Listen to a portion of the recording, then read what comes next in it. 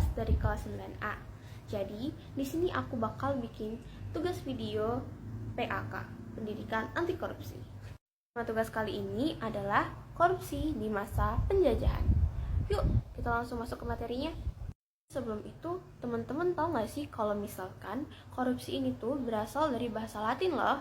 Bahasa Latin dari korupsi adalah corruptio atau corruptus. Corruptio memiliki arti yang beragam, yakni tindakan merusak atau menghancurkan. Jadi, pengertiannya kita itu nggak boleh ya guys, korupsi itu tuh bahaya banget dan nggak banget deh. Sejarah mencatat korupsi adalah bagian dari tindakan yang telah ada hampir setua peradaban itu sendiri. Di Indonesia, korupsi mulai tercatat sejak abad 13 yang berpangkal dari sistem pembiayaan tradisional di kerajaan. Contohnya, Kerajaan Majapahit, Mataram, hingga kerajaan lainnya di Nusantara.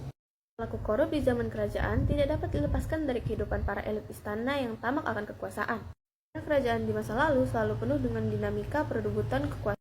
Ini salah satu kerajaan yang pernah didera perebutan kekuasaan dan perilaku korup yang menghancurkannya, yaitu Kerajaan Singasari. Kerajaan Singasari ini dipimpin oleh Ken Arok pada tahun 1222.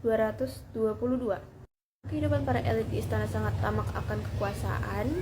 Perebutan kekuasaan di Singasari selalu diwarnai dengan pertumpahan darah.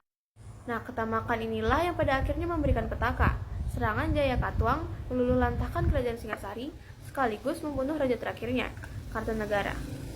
Setelah ketamakan di Singasari, perilaku korupsi juga masih berlanjut di Kerajaan Majapahit. Dan ini didirikan pada tahun 1239 oleh Raden Wijaya, menantu dari Raja Singasari Kartanegara.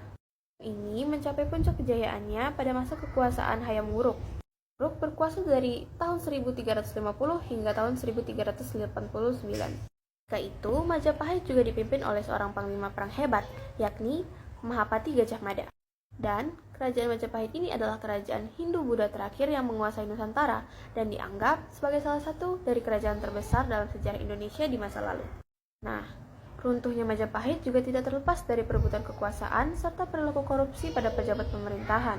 Akibatnya, Majapahit rentan terhadap serangan konflik. Kepala elit politik lebih mengutamakan menimbun harta pribadi atau golongan ketimbang menjaga kepentingan serta persatuan bangsa dan negara. Nah, dari sejarah yang aku bacain tadi, kita bisa menyimpulkan bahwa sinergi positif dari seluruh elemen masyarakat sangat dibutuhkan dalam usaha menumpas korupsi. Nah, pemberantasan korupsi bisa kita pelajari sejak dini, bisa di lingkungan sekolah, keluarga, atau rumah. Sekian video dari saya, mohon maaf jika ada kesalahan kata dan saya ucapkan terima kasih.